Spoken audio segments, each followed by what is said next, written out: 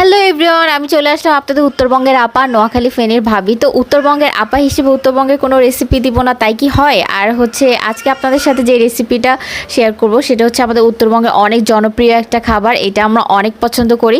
তো দেখতেই পাচ্ছেন আমি কচু শাক ধুচ্ছি। এগুলো কিন্তু নর্মাল কচু শাক না, এগুলো হচ্ছে বোম্বাই কচু শাক। তো ভিডিওতে কেমন বোঝা যাচ্ছে জানি না। এই কচুর পাতাগুলো হচ্ছে নর্মাল যে আমরা কচু শাক খাই এটা থেকে একটু বড় হয় আর পাতাটা একটু মোটা হয়।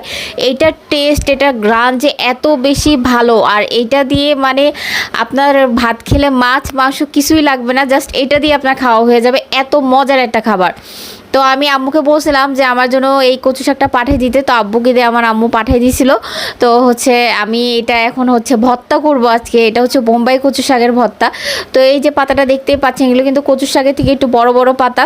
তো আমি এটাকে কাটা লাগবে না, প্রেশার কুকারে দিয়ে 2টা সিটি মারলে একদম পুরো সিদ্ধ হয়ে যাবে। তো আমি আস্তই দিয়ে দিচ্ছি, আর দিয়ে দিলাম অনেকগুলো রসুন আর অনেকগুলো কাঁচামরিচ। আমি